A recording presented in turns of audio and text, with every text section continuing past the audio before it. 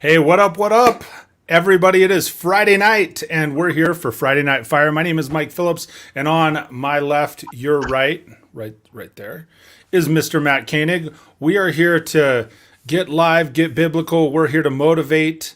What's the motivation, conversation, and faith-based foundation. And he always remembers the faith-based alleviations. Anything with Asian in it. Motivation, inspiration, trying to lack condemnation through conversation. All I know is one night Matt's going to get into some gyration. No? Like this. Okay. I'm cabbage patching. That's a dance. So, hey, thank you, everybody who's taken the time to join us this evening. I'm going to jump in here and just remind everybody that this show is sponsored by StreamYard. We'd suggest, please, go to join-streamyard.com. Check it out. You can get a free 14-day trial, and it is a fantastic platform that will allow you to get your message out across multiple platforms. So it's really fantastic. Multiple platforms. And with that, StreamYard. So we're headed into April. We're headed into a new series. Matt and I have had, when we started this, we kind of started the journey together on what's Friday Night Fire going to be, and we got into some really deep and good conversations. And then in March, we stepped back a little bit, had some friends that submitted some questions, had a friend on the show with us, great conversation there. And now we're headed into a new series we're gonna call Exploring the Bible. Dun, dun, dun. Which really means we're going into Exodus. That is correct. So we're going to start exploring specifically the book of Exodus, and we may spend a month in this. We may spend 6 weeks. We may spend 90 days. Year. And you know, a year. We could 40 spend days and 40 nights. We might spend, if you will. That was funny. That wasn't even a pun. That was just a really bad joke. That's a Jesus. That's a dad Bible joke. He's nuts. That's what you almost said. I did nothing of the sort. This is totally going to be great. All right. So here's one of the things that I realized. You know, as it's been a really long time since I dove in and read Exodus. So I felt like you did this intentionally to me. Well, so I'm going to tell you, I didn't do it because I knew you hadn't read it. I did it. What's up, Andrew? I did it because I've been listening to the Bema podcast, which is a life changer. Like, they look at studying the Bible from the Eastern perspective. Instead of doing it's like my friend Sean and I were talking about when we were moving yesterday.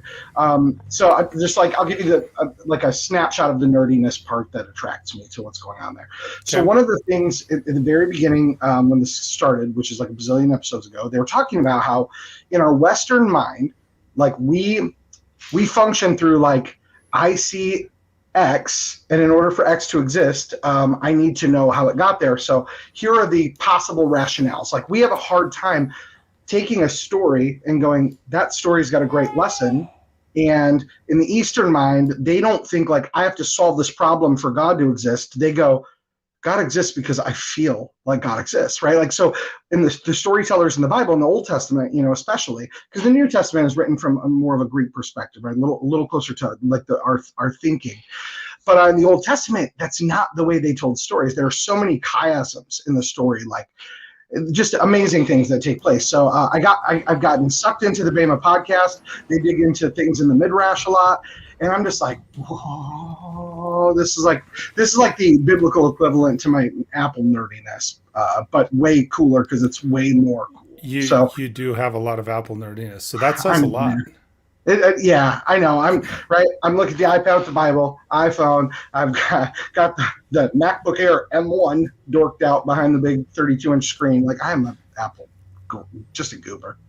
But yeah, so I'm fascinated with what's going on in Exodus right now. Plus, I'm going to be honest with you. I think it speaks a lot to the mindset that a lot of people are having, from everything from the oppressive things that are going on in there to Moses not feeling good enough going out of there.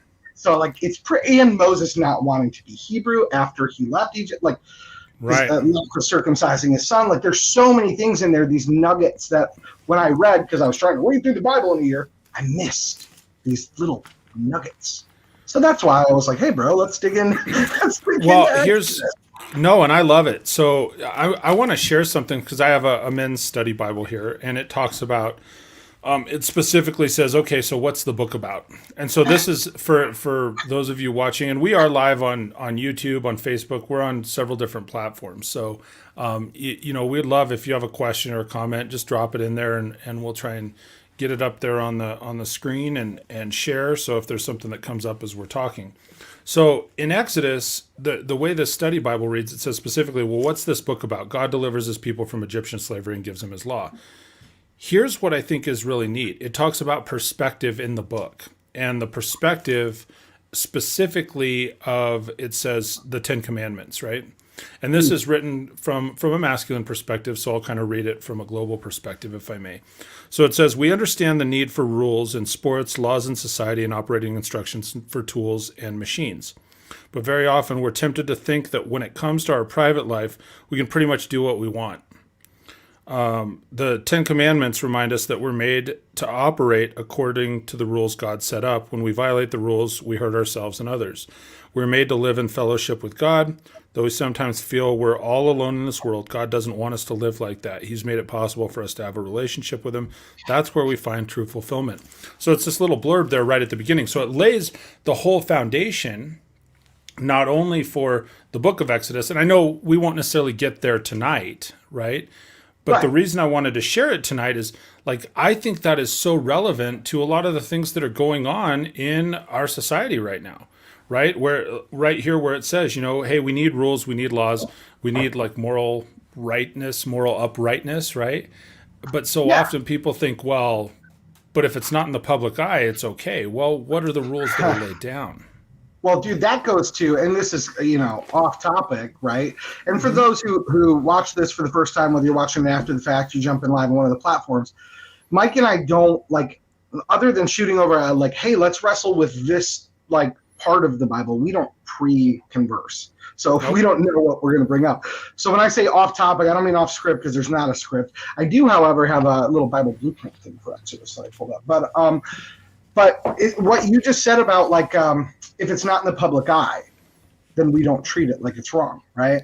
And that's one of the things. I was just having a dialogue with a friend the other day, and I'm like, and you and I have talked about this in the past, about how it drives me nuts that for some reason the church, and not just the Christian church, right? Other religions too, but they put homosexuality up as the super sin. And I'm like, yeah, it's a sin. No, you don't condone it. But it's like, but the dude who's like having an affair, or the dude that gambles away his whole family's thing, like, because it's not like in the public eye and visible, that's not as big a deal to them. And I'm like, and I've heard like people go, well, that's because somebody, if they're gay, they identify as gay and they're living in their sin. I'm like, dude, when you're banging somebody else instead of your wife, you're living in your sin. Right. You're just not walking around letting people see it. Like, just because you're ashamed of it now, like, it's, now it's like not as bad. It's like, so I think there is definitely some hypocrisy in how that functions, and it does tie into the world. And I would say, arguably, the church looks a whole lot like the world that it's supposed to be setting a good example for. Sure. In some of the examples it's setting. Now, that being said, there are a lot of great folks following Jesus that don't behave like that do love people, that do realize we're a broken group of suckers. So I don't know. But I do think Exodus shows us some really cool examples of wrong acting by the hero Moses, and some good decisions too. A lot of really bad ones. So why don't you frame that up for people, or if you would, because what Matt, the one piece, literally the single sentence that Matt and I exchanged prior to tonight's show, he said, "Hey, let's wrestle with like Exodus 2, right? I think you said 11 to 25, somewhere in there." So kind of, prior to that,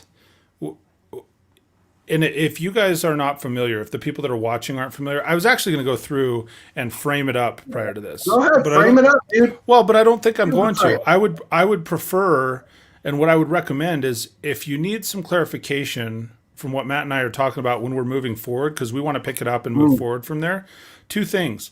One, reach out to each of us. Either one of us, message us, DM, that kind of stuff, if you want to have a conversation. More importantly, pick up a Bible and go read Exodus 1. That's the way to do it. I mean, I'm happy to dialogue with anyone, but yes, I would say get in your Bible, it'll help. Yeah, So getting into that, Exodus 2:11.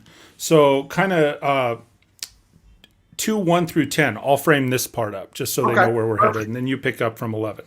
All So right. 1 through 10, obviously, when the Hebrews were in Egypt, the Israelites were in Egypt, then one of the rules or laws from Pharaoh was that they said, well, there's so many of these Israelites, we don't want them to come and end up taking over, right? And so what happens is, and I'm giving you the very layman version, right? He's like, hey, we don't want these guys to take over. So all of the males that are born, he gave instruction to the midwives, said, all the males that are born, you have to go and eliminate them. You can let the girls live, but you got to kill the boys, right? Short version.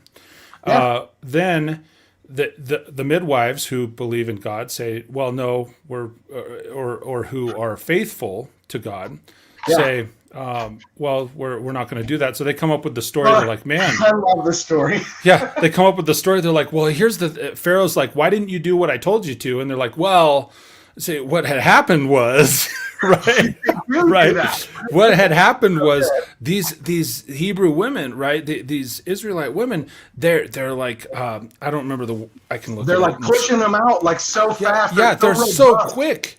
They've already had the baby by the time we get there. They're so fast. And he's like, well, okay, fine. He's like, fine, you have my favor. Go drown him in the river. Right? Yeah. He's like, okay, you guys are okay. You got to drown the babies in the river then. And so kind of the prelude to Moses, and I don't remember specifically where 11 picks up, so you got to stop me if I'm there. Oh, 11 picks up where it says after he's grown up. So, Okay, so at that point, what happens is Moses's mom, pre-Moses, he's baby Moses.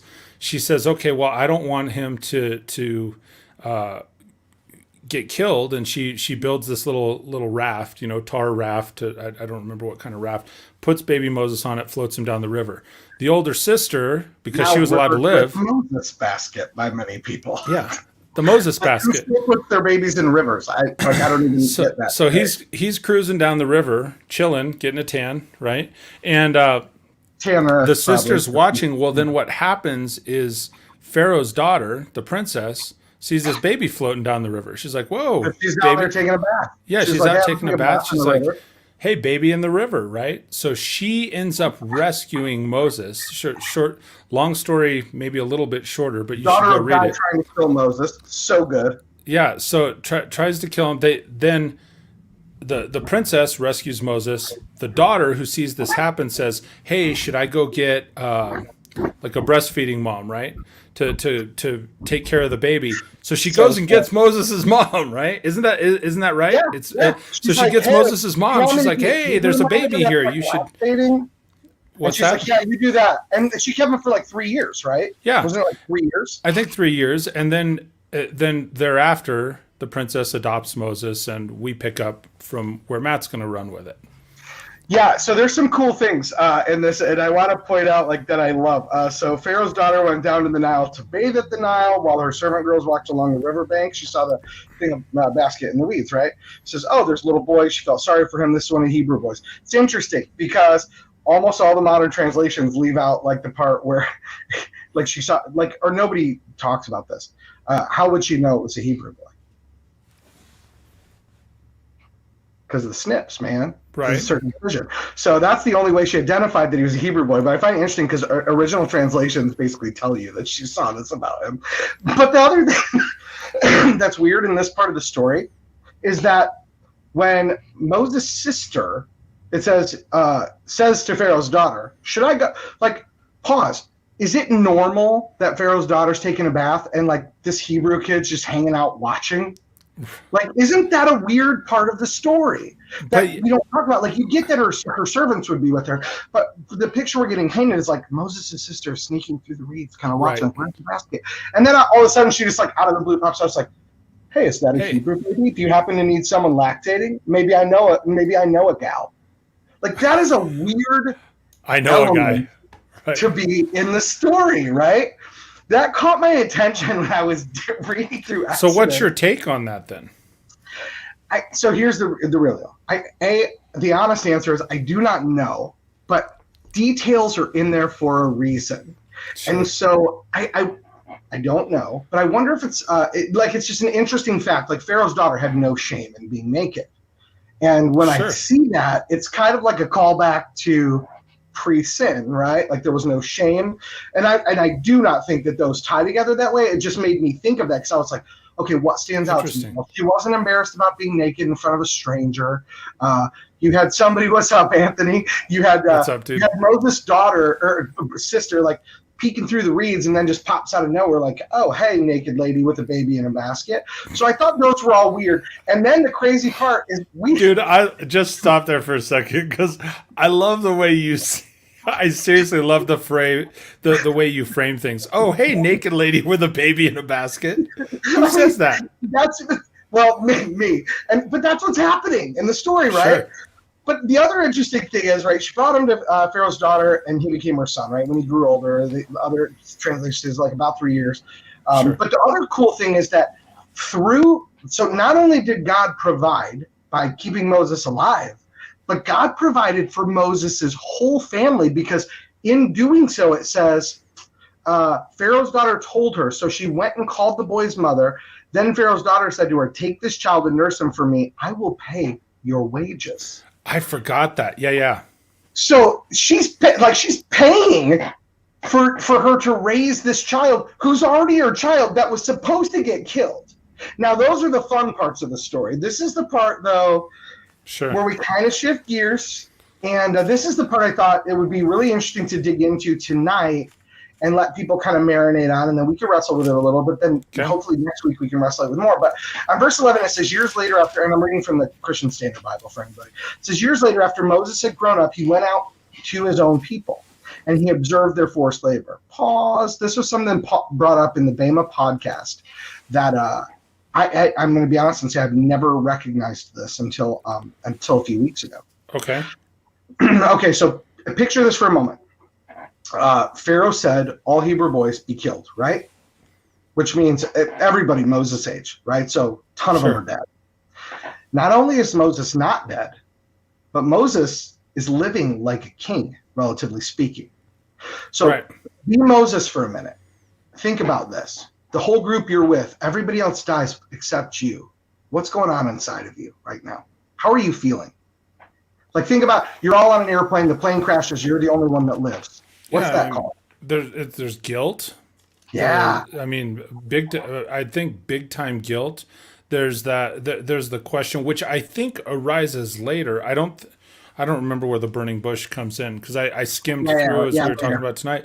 But I think even it's almost like the prelude to the burning bush where he directly says, "Why me?"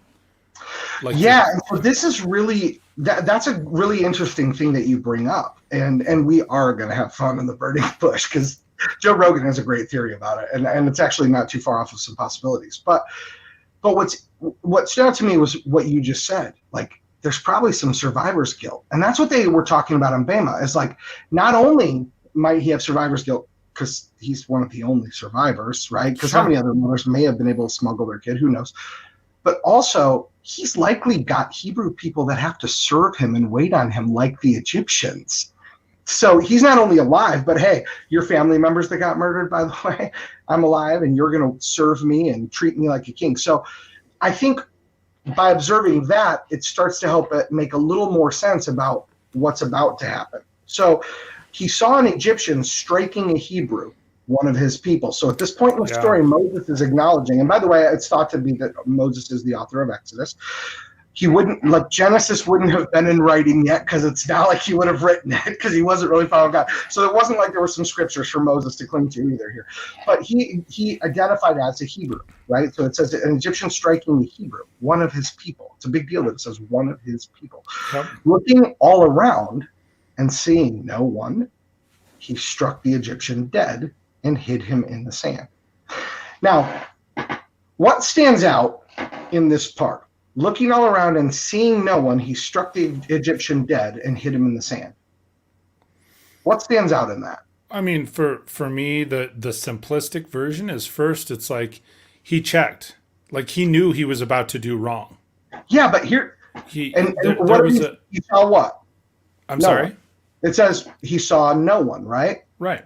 But if he saw no one, well, who was the Egyptian guy whipping, beating? So there was a witness there. Even though it says he saw no one, we kind of tend to think like Moses ran up in secret and like whacked the guy.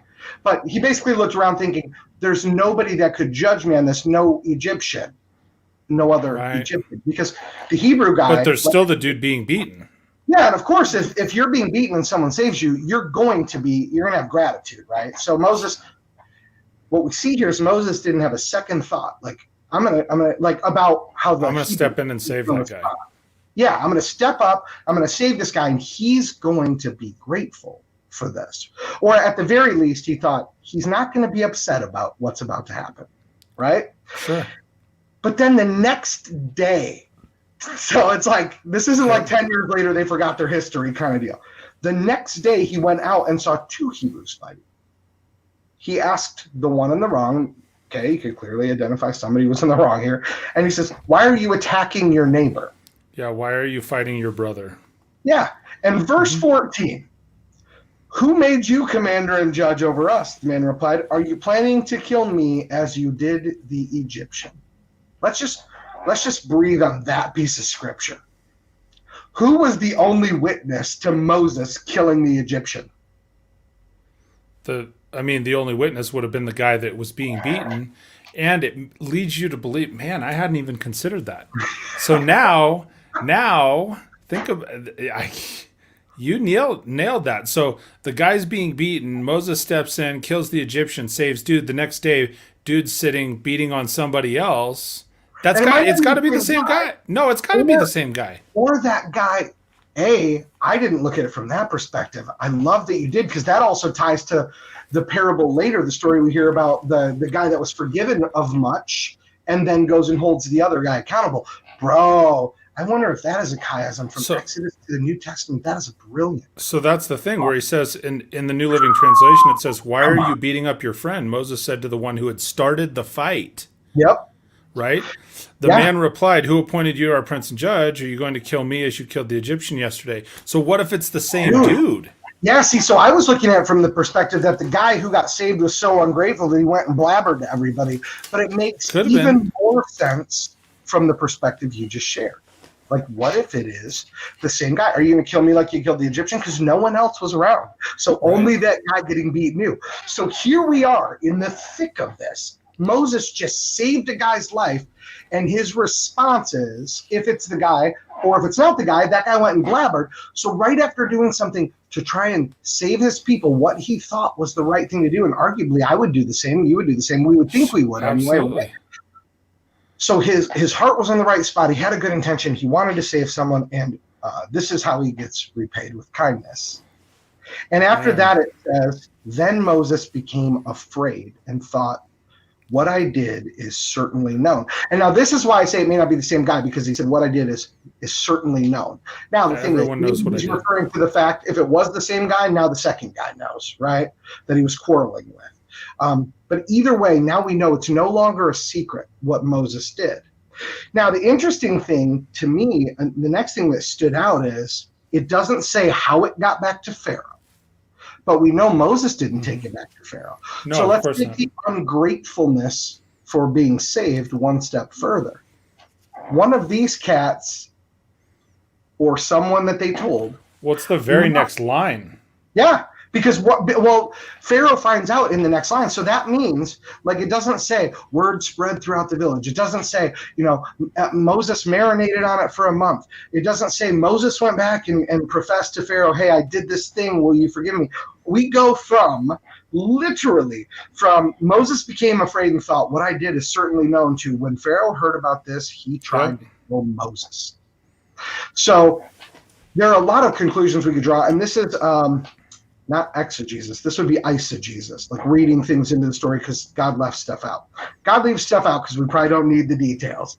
But I still think it's fascinating to go, wow, either the guy that Moses protected ran his mouth and was like, oh, Moses killed an Egyptian yesterday, everybody, which is really ungrateful and stupid since you just got saved. Or he was the same guy now taking another guy to task after getting saved himself, which, again, does parallel the New Testament story of the debt forgiven. And I just love that those run parallel like that.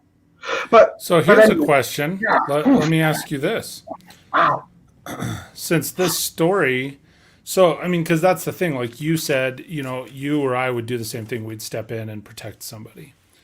So does this, and I mean, since Moses stepped in and killed the Egyptian, buried him in the sand, he obviously knew what he was doing was wrong, buried him in the sand, but the death predates the Ten Commandments. Yeah, that's an So is it interesting a sin? perspective too. So here's the thing. Interesting perspective to wrestle with. And while it predates God giving Moses the Ten Commandments, Mm-hmm. the question I would ask, and is, I don't know that, was it wrong to God? I don't know, right? I mean, he saved one of God's people, albeit they've been in captivity for 400 years for being idiots. That is a great question. One could look back to what Cain did to Abel and God, casting him out for True. murder. Yep. And could say, God did kind of set a precedent that murder was bad in Genesis. It was implied. But it brings an interesting point, though, because what we don't read in any part of this, as we'll dig into even deeper next Friday, we don't see God in any way condemn him for what he did to the Egyptian. Right. That being said, though, we don't see God verbally do it, but here's a question. Moses was living like an Egyptian. He was living a comfortable life. Everyone that would argue that it was God's divine hand that saved Moses' life and gave him the life he had. Sure. But Moses then, in thinking he was doing something good, took someone's life. And what happens? All of a sudden, the good life Moses He's had, got to run and it's stripped from him. yeah, he no longer has his life. As a matter of fact, he almost didn't have his physical life because Pharaoh was going to kill him. And this is part of why I wanted to dig into this, because this makes me think about today. And so I'm gonna point it out on both sides of what's happening and the stupidity of the political infighting. All summer, Here it comes, people. yeah, but I'm going to keep it simple. All summer, we saw people in a noble response of feeling, hey, man, George Floyd got killed. He didn't need to die, which is true. He didn't need to. Like, there were other ways it could have went about, right? We won't argue about, right, wrong, law stuff. We'll just talk about somebody died who didn't have to die.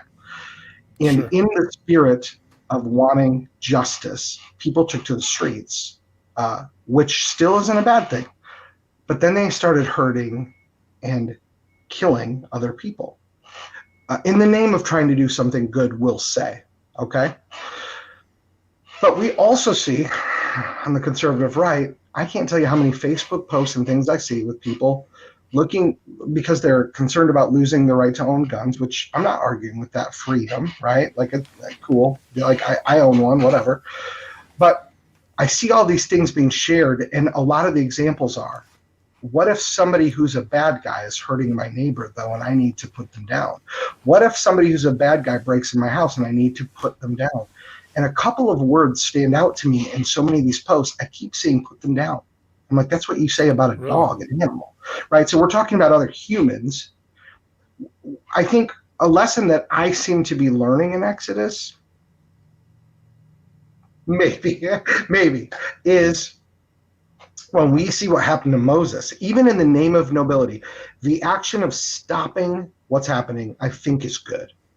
But I think a lesson that we learn is when you do take a life, though, it's not just their life that's getting taken. Does that make sense? Yeah. Like a little bit?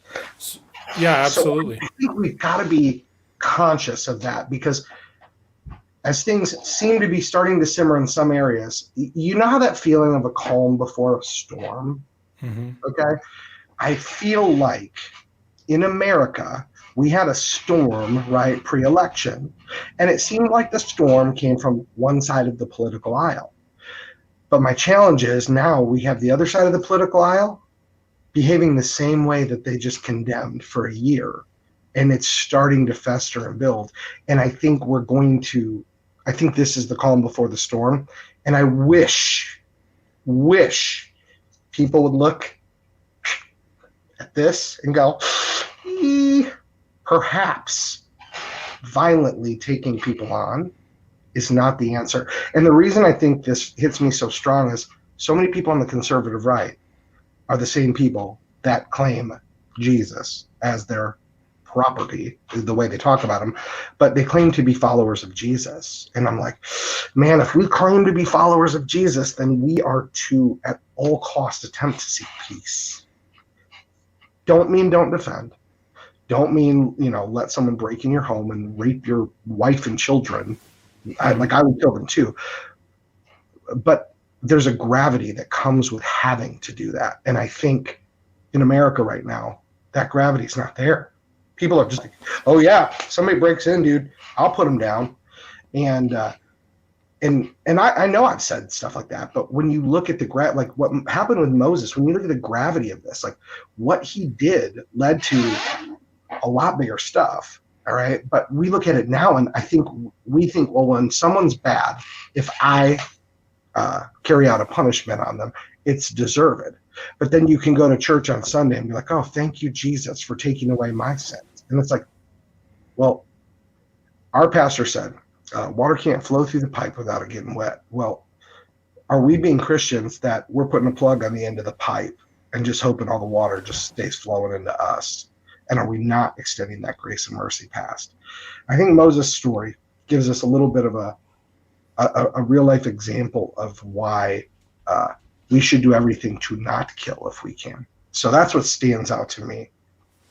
But also what stands out is, you ever hear the saying, and maybe we can wrestle with this for next week, but you ever hear the saying, like people always talk about like, oh, the God in the Old Testament was so angry and wrathful, right? He was a wrathful God then. That's when there was judgment. And then we see the grace in Jesus, right? Have you Yeah. No, I hear that all the time. Absolutely. Something amazing. Gosh, trying to remember the Hebrew word for it, and I cannot to save my life. There are a couple times, 4, where this Hebrew word is used regarding. No, that's not the right word. Anyways, in the Old Testament, what we really see is every time that the people cried out to God, He answered. I think I'm getting excited. I think this week, as we dig into Exodus, we're going to start seeing a lot more of the grace of God and the mercy that He's actually having for His people. Instead of angry, wrathful, if we start to focus on the details of the story. And I'll next week, I'll bring you some of those Hebrew words. Yeah, I like the Hebrew words. So here's a couple of things that I would challenge our watchers or our listeners to. And what's interesting, here's when you said that, and you probably can't. Oh, that's mine. You can probably see it better than trying to hold up that. But here, there's where it says where you're saying this sums it up perfectly. What's the point of Exodus? And it says God loves His people enough to demand holiness. So there's an interesting tidbit from here.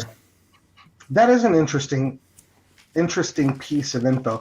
We can we'll wrap. We might as well just wrap Exodus 2. That way we can start fresh next week because there's not a lot left. But it says, when Pharaoh heard about this, he tried to kill Moses, but Moses fled from Pharaoh and went to live in the land of Midian, and he sat down by a well. Now the priest of Midian had 7 daughters. They came to draw water. And I have a note literally highlighted. Why does this detail matter? The fact that he had 7 daughters. They came to draw water, filled the troughs to water their father's flock. Then some shepherds arrived and drove them away. That, to me, also interesting detail. Why did shepherds drive away Jethro's daughters? But anyways, I still don't understand that either. It says, but Moses came to their rescue. So we see Moses, again, being a hero. Right? So we're like, man, we're like 10, not even 10 verses down, and you're being a hero again, Moses. It says, and watered their flock. So he came to the rescue and he watered the flock. A little different than his heroics in the previous thing. It says, when they returned to their father Reuel, he asked, why have you come back so quickly? They answered, an Egyptian rescued us from the shepherds. He even drew water for us and watered the flock. Here's what stands out really crazily. This is what makes me think it was pretty immediate that Moses had to get out of Dodge because these women mistook him for an Egyptian, right? Yep. Like they wouldn't have known he was Hebrew because they wouldn't have seen the snips going on. So here he is dressed in Egyptian garb, basically it kind of paints a picture that he hightailed it out of there. Sure. But it also shows like in spite of him already being in fear and running and hiding, like if you're in hiding, let me ask you this. if you're in hiding, would you I'm want to the draw? expert on being in hiding, so it's perfect Yeah, that you're right. asking me this. And I love what Anthony said, by the way. Yeah, this is really good. Yeah. For those that listen to the podcast, God brings grace. People bring their own trials. God gives hope and shines light on the faces of those who believe. That's beautiful, and it's so true, bro. So true. Absolutely spot on. I love that. So what's interesting is, let me ask you this: if you were in hiding, right? You're like, oh man, I know that the most powerful guy in the world, as far as you know, is coming to kill me, and he's got a huge army. Some shepherds say, "Get out of our water," and you see this as you're hiding behind a rock. Are you going to come? Like, what do you honestly think that somebody in hiding is going to do?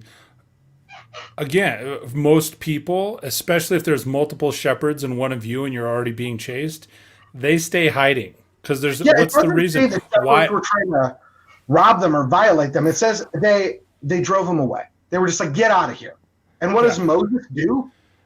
He takes this righteous stance that he's like, you guys might not be the Egyptian. I don't have to kill you, but I'm not afraid to. Get out of here. I don't know how the conversation went, obviously. That's my own dialogue. So let's paint the picture, though, because I think it may give us a little more of a visual into the conversation. Well, and here's multiple guys, but what was before you say something?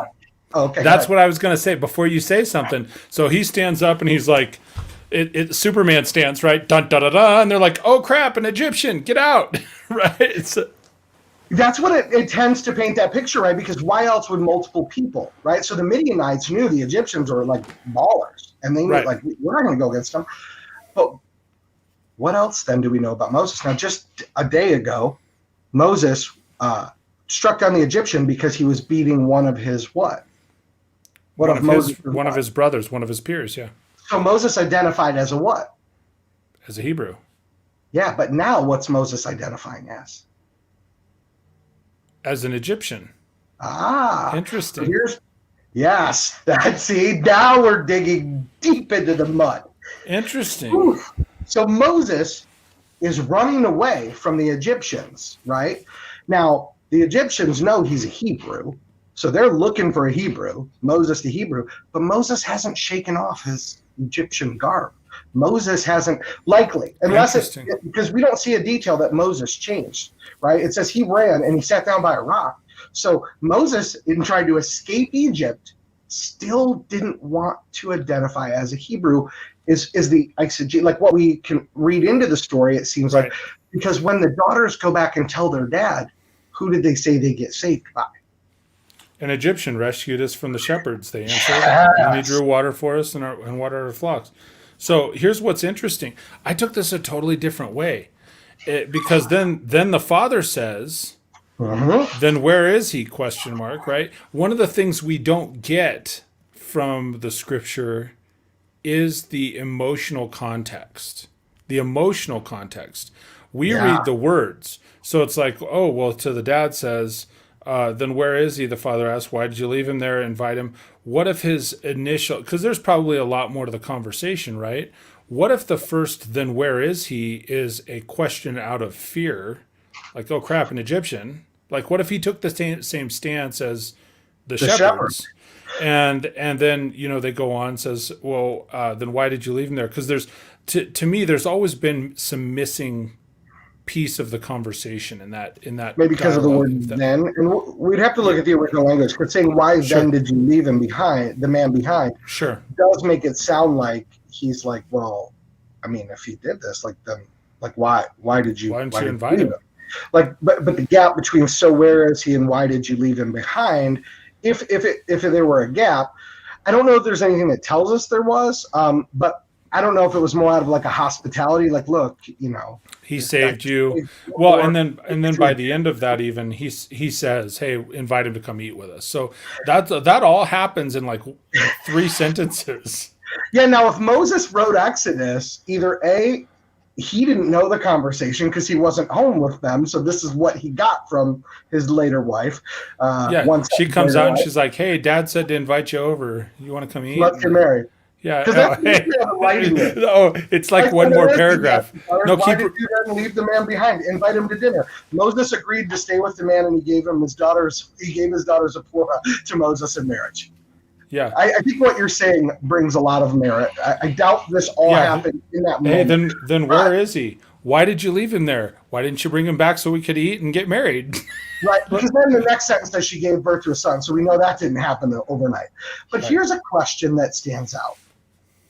So let's assume for a moment, because the reality is back then, the moment a woman started menstruating, like dad was looking to find her a husband and getting ready to play the trade game, right? Like, let's make a deal. So obviously his daughters are of marrying age, at least Zipporah was. But the interesting thing that stands out to me in that little section there is when it says Moses agreed to stay with the man, he gave his daughter Zipporah to Moses in marriage. Now, I wonder, because we don't know, right? Like, was it at dinner? Like, well, where are you going? He's like, oh, I'm on the road. Hey, you could stay with us. Did he give his daughter to Moses in marriage because Moses just saved her and said, like, hey, as repayment for saving my family, my flock, whatever? Right. Did he give her in marriage to Moses thinking Moses was an Egyptian and that it was going to come with some benefits? Like, we don't know, and we don't get some insight. But Egyptians those are with benefits. Yeah, like, yes, and we don't know. Right? So, like, those are interesting things that stand out to me. It's like, why would he be so willing? Was it because he was grateful that he saved not only her, but the other daughters? Was it because he knew his flock got watered and he was trying to repay him? Was it because he thought he was an Egyptian who could give him something great and trade? We don't ever get a picture of that. All we know is he saves them, he gets dinner, he gets to stay there, he gets to get married, and he has a son who he names Gershom, for he said, I have been a resident alien in a foreign land.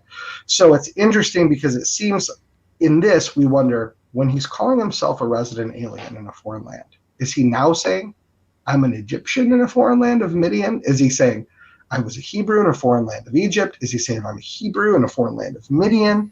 But all we know is, because there's nothing that says it, but all we know is it says, after a long time, the king of Egypt died, Pharaoh, the Israelites groaned because of their difficult labor, and they cried out. And this is the beautiful ending. Yeah. They cried out, and their cry for help. So this is weird, because when you see something repeated over and over, it means something, right? So it says, and they cried out, and their cry for help because of the difficult labor ascended to God. So they cried out, and because they were in such a bad spot, it ascended to God. And it says, and God heard their groaning and remembered his covenant with Abraham and Isaac and with Jacob, and saw the Israelites. God saw the Israelites, and God knew. This is what's so cool. 400 years. This seems to paint a picture that over that 400 years, they didn't cry out to God. We don't know, but I would say based on reading the text, and it's saying, because of the spot they were in, God heard their cry and remembered his covenant. Mm-hmm. So what happened for the previous 400 years? Did they not cry out to God? Because it says they cried out in a certain way and God heard them. And the same, they were talking about this in Bema, the same word used for that crying out is like used only a couple times, and every time it's used, and God heard and God knew.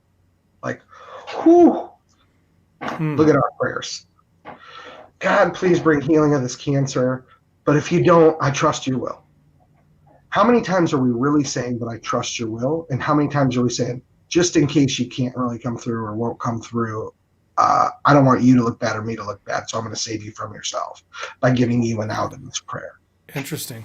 When do we cry out like broken, like the Hebrew, like everything is on the line, I'm going to die, I need you? I can tell you when my buddy got healed from cancer, that was the crying out that we had. And I'm not saying we did anything. God brings healing. But I can tell you that the crying out was there. I just wonder how much, when people say, I've prayed and God doesn't answer, how many of us have really been crying out in that type of anguish? What we see in the Old Testament is a God who when you cry out to him, he knows. Yeah, he hears. I love it. That's it. So we're done with Exodus. Well, we're done with Exodus 2. So here is my challenge for those of you that tune in week after week. If you're watching now, here's what I would recommend. Grab a Bible, Go online to the Bible app, go to Bible.com, sign up, it's free, right? Yeah. But go read Exodus 1. You could recap in your favorite version on what Matt and I just went through in Exodus 2. Probably read through Exodus 3 because we're going to continue this conversation. I think we just kind of keep going from where we left off. But again, if you are curious, if you are like, hey, I've got questions about this now and so forth, message Matt or I. Both of us would love to have a dialogue with you. And if you need a Bible, so Dara and I have decided to start doing this. If you need a Bible, like a paper Bible, and you don't have one, shoot a message to Mike Rye. Just let us know. But my wife and I will buy you one, and we'll ship it to you. Not like a free plus shipping or any of that crap. Like we'll just buy it. But if you need one, we got you. Free plus shipping. Yeah, it's not like I'm not going to bring you to like an upsell offer and then like it's a sales funnel. Literally, sign up here, free Bible, and then in your address, a Bible goes from Amazon directly to you. That's good, dude. No, that's great. Yeah, trying to help make disciples, which means make students, and you can't make students if they don't have the school books. So there we go. Absolutely. Boom, that should have been like a on stage pastor moment for like a clip. Can't make students if you don't have school books. Come on. Bam. So with that, I'll match Matt's offer. If you need a Bible, and like you said, pick a version. I would definitely recommend. I will tell you, since Matt and I connected doing this, I like the NLT version. It still reads easier for me. Yep. I do really like the Message version. That is something that truly I had not like deliberately avoided, but I had never really gotten into it. But as you and I talked about it, that is a really good version. So yeah, I agree with Matt. Message one of us and let us know. Kind of ties to the to what they were talking about on Bema though, about the difference in how we view things. In a lot of the English translation, it's about it's not about the story, but with Eastern writers, it's about the story. I love it because the Message preserves the story. Yeah. Now, don't get me wrong. I don't care what English version you have. You should still, if you really want to dig deep, get a concordance and dig into the original language. So, but if you want to know what the Bible means, not get a wrong translation, get the truth out of it, the Message does an amazing job of doing that. And I would tell anybody that's reading, they'll start in the New Testament because the fact is, you really got to dig in the Old Testament to understand what's happening. True. Because the writing style of the Hebrews is it's very far removed from the writing style of us. And the Greek writing is a lot closer to the way we do stuff in English. So absolutely. Yeah, there's that. Hey, with that, thank you everybody who tuned in, shared a comment, shared some thoughts. We love you. God bless you. We'll see you next week. Make sure and subscribe to my channel and Matt's channel, and we'll see you back here in 7 and 7. Yeah, and happy Easter. Yeah. Hey, today is good. Yeah, today's Good Friday. So have a great Easter Sunday. Have a great Easter weekend. You too, bro. We're doing a little watch party Easter night. We're gonna watch the season opener of season 2 for The Chosen. Nice. We're inviting some friends over for some Easter watch party. It'll be awesome. We'll see you guys next week. Love you, bro.